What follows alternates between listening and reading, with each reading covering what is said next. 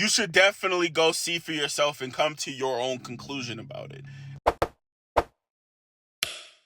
By now, I'm sure some of y'all have seen my spoiler-free review on this movie, but it's time for me to go into a little more details in what I was talking about when I had these critiques. Like, first off, when it comes to pacing for these characters, Millie Alcock was the only thing that they focused on in this movie when it came to character progression or even character backstory. Because as we know, Krypton was destroyed, and they went into a little more details about it within like maybe I think 30 minutes of the movie. They started talking about what happened to this bottled city, or I forgot the name of the city. And during this time, Supergirl was born, and there was a whole bunch of things she found out about her cousin leaving and things like that. But the problem is, that was the most interesting part of this movie. That's the time that they slowed down and they showed how emotional things are, and they did their thing with this movie in terms of this. But when it comes to characters that they wanted to make the main, they didn't do a good job with it. They had the villain Krim in the beginning, and they showed that the little girl's family died because of him, and he was just generic. I thought there was going to be something philosophical with his character, something metaphorical about it. Like, no, he was just a bad dude. That's it. And with that backstory being rushed, it just seemed like they rushed also. Like, mind you, this was all within 7 minutes of the movie. Like, Krim pulls up to the family house. The family knows why the brigands are there, and they try to give him what he wants, but they're just startled by the little brother. And I don't know, the way that her backstory happened, I shouldn't have almost laughed the way that it happened. I don't know why. It just should have been a little more, it should have hit harder, especially if she's going to be the main character in this movie, or a main character in a movie. Not to mention, this little girl just should not have been that annoying. Like, throughout all of the marketing that's been shown in this movie, she was barely shown in it, and I understand why now. And that's only because a lot of her lines was some of the most generic I've ever heard. Like, it's almost like a B movie. And that brings me to my second point. A lot of the lines in this movie just did not hit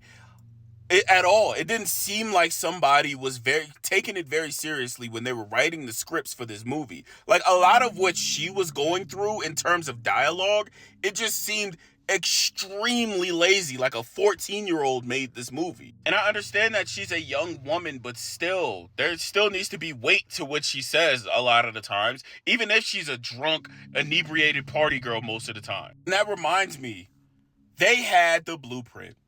They had everything they needed. They had the perfect actor. They had the perfect costume. Everything about this dude was great, except they only gave him 5 minutes of screen time. You do not give a fan favorite, fan casting 5 minutes.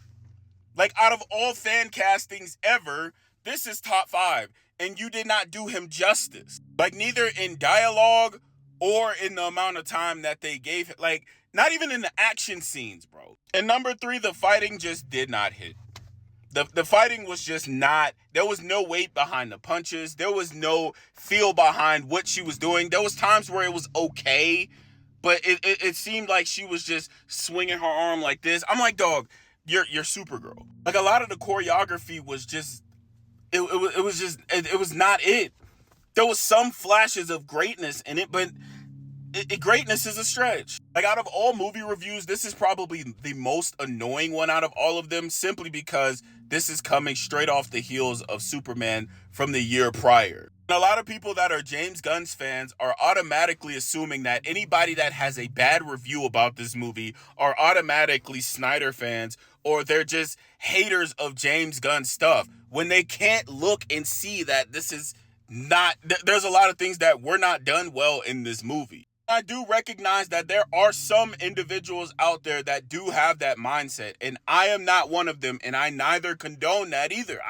I don't, because there's people that made fun of her looks. There's people that made fun of all these extra things in bad faith. But the worst assumption that somebody can have about this movie is that they're review bombing it because it's James Gunn's or anything else other than what the truth is. At the end of the day, if I'm gonna have to rank this movie, twisting my arm, at max, I'm gonna have to give this a 5.